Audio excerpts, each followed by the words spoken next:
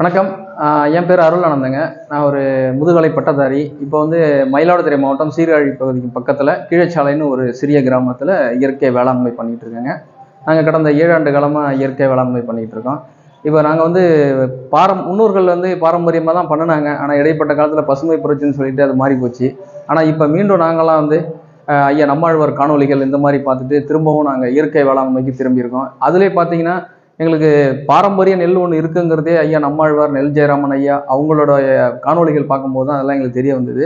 இப்போ நாங்கள் வந்து அதை பின்பற்றி ஒரு நஞ்சில்லாத உணவு மக்களுக்கும் கொடுக்கணும் அப்படின்ட்டு பாரம்பரிய நெல்கள் வந்து உயர் விளைச்சல் வருதுங்க. பாரம்பரிய நெல்லை சில பேர் தவறான கண்ணோட்டத்தில் பாரம்பரிய நெல் விளையாது அப்படிங்கிற சாஞ்சு போயிடும் அந்த மாதிரி சொல்கிறாங்க. அந்த மாதிரிலாம் கிடையாதுங்க. நம்ம அதை எப்படி நடணும் அந்த முறைகளை பின்பற்றி செஞ்சோம்னா நிச்சயமாக சாயாது. நல்ல ஒரு நம்மளுக்கு வந்து லாபகரமான ஒரு இயற்கை வேளாண்மை இருக்குதுங்க. இந்த வருடம் பார்த்தீங்கன்னா கருப்பு கவுனி, கிச்சலி சம்பா அதெல்லாம் பார்த்தீங்கன்னா 6 அடி வரைக்கும் வளரும். கடந்த ஆண்டு பார்த்தீங்கன்னா ஒரே நாளில் 44 சென்டிமீட்டர் வரைக்கும் மழை பெஞ்சு அந்த ரசாயன வேளாண்மை பண்ணவங்களுக்கு எல்லாருமே கீழே சாஞ்சி முழுகி ரொம்ப நாசமாக போச்சுங்க. ஆனால் இயற்கை வேளாண்மை நாங்கள் இந்த மாதிரி பாரம்பரிய நெல் பண்ணினது எல்லாமே அந்த தண்ணி 44 சென்டிமீட்டர் மழை பெஞ்சதுக்கும் தாங்கி அதை மீண்டு வந்து நல்ல ஒரு விளைச்சலை கொடுத்துதுங்க. அதுக்கு வந்து நம்ம போய் இந்த யூரியாவை போடுறது, அந்த அடி உரத்தை போடுறது, களைக்கொல்லியை போடுறது இதெல்லாம் தேவையே இல்லை. அதை நட்டு விட்டு வந்தால் போதுங்க. அதுக்கு என்ன செய்யணும், மழை பெஞ்சா போதும், தண்ணி வச்சா போதுங்க, அவ்வளோதான். அது வேற எந்த ரசாயனமும் கேட்காது. அப்படியே இருந்தால் நம்ம நாட்டு மாடு ஒன்று வளர்த்தோம்னா போதுமானதுங்க. அதில் உள்ள சாணம், கோமியம் இந்த மாதிரி கொண்டு கொடுத்தோம்னா போதும்.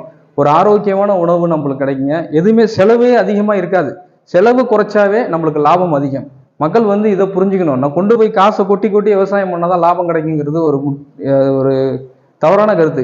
அதை நான் ஏற்கவே மாட்டேன். நம்ம வந்து உழைக்கிறதுக்கு தயாராக இருக்கணும். நம்ம உழைப்பே மூலதனம்னு வச்சு நம்ம இறங்கி சின்ன சின்ன வேலைகளை செய்யணுங்க. முடிஞ்ச வரைக்கும் செய்யலாம். எல்லா வேலையும் செய்யணும்னு அவசியம் இல்லை. ஏதோ நம்மளால முடிஞ்ச ஒரு சிறு வேலைகள் செஞ்சோம்னா நம்மளோட பங்களிப்பும் வேளாண்மையில் இருந்தால் மட்டும்தான் நிறைய லாபம் எடுக்க முடியும்.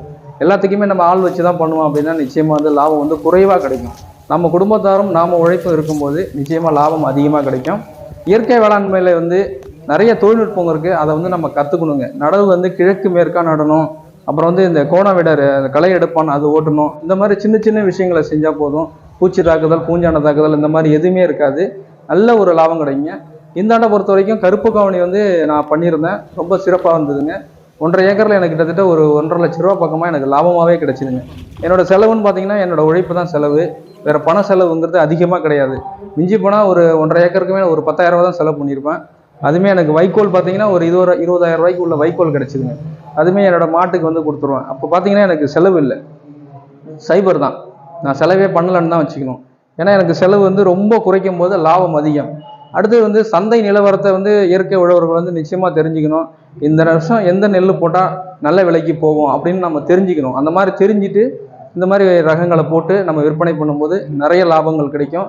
சில இப்போ ரகங்கள் வந்து விற்பனை ஆகாது. அந்த மாதிரி ரகங்களை வந்து நம்ம தவிர்த்துடணும். சந்தையில் எந்த அரிசிக்கு நிறைய வரவேற்பு இருக்குது, மக்கள் எதை விரும்புகிறாங்க, இப்போ மாப்பிள்ளை சம்பா, கிச்சலி சம்பா, ஜீரக சம்பா, கருப்பு கவுனி இந்த மாதிரி ரகங்களை நம்ம பயிர் பண்ணும்போது மக்கள் தேடிக்கிட்டே இருக்காங்க, நல்ல உணவை தேடிக்கிட்டே இருக்காங்க. அதேமாரி நானும் இன்னொரு கோரிக்கை என்ன வைக்கிறேன் நுகர்வோர்களுக்கு, உங்கள் பக்கத்தில் உள்ள விவசாயியை நாடி பொருளை வாங்க. பெரிய பெரிய மல்டி மார்க்கெட்டில் போய் வாங்கினா காசு தான் கூட போகும்போது பொருள் தரமாக இருக்குமான்னு அது உறுதியாக சொல்ல முடியாதுங்க. ஏன்னா வந்து கருப்பாக இருக்கிறது எல்லாமே கருப்பு கவுனி, சகப்பாக இருக்கிறதுக்கு மாப்பிள்ளை சம்பா இந்த மாதிரி தான் வந்து நிறைய கலப்படங்கள் நடக்குது சந்தையில். அதனால் நேரடியாக ஒரு உழவரை பார்த்து, உங்கள் பக்கத்தில் வேளாண்மை செய்கிற உழவரை பார்த்து அவர்கிட்ட போய் ஒரு தரமான பொருளை ஒரு தரமான விலையில் நீங்கள் வாங்கி உண்ணிங்கன்னா தான் நிச்சயமாக அது உண்மையான பொருளாக இருக்கும். அந்த மாதிரி நேரடியாக நீங்கள் போய் உழவரை நாடுங்க. ஒரு குடும்பத்துக்குன்னு ஒரு குடும்ப மருத்துவர் இருக்கார், ஒரு குடும்பத்துக்குன்னு ஒரு வைக்கல் இருக்கார். அதேமாரி ஒரு குடும்பத்துக்குன்னு ஒரு உழவரை நீங்கள் தேர்ந்தெடுத்து அவர்கிட்ட காலம் ஃபுல்லாக நீங்கள் உணவு வாங்கி சாப்பிடும் போது நிச்சயமாக நீங்கள் ஆரோக்கியமாக இருக்கலாம். இதை கண்டிப்பாக எல்லாரும் கடைபிடிக்கணும்னு வேண்டி விரும்பி கேட்டுக்கொள்கிறேன்.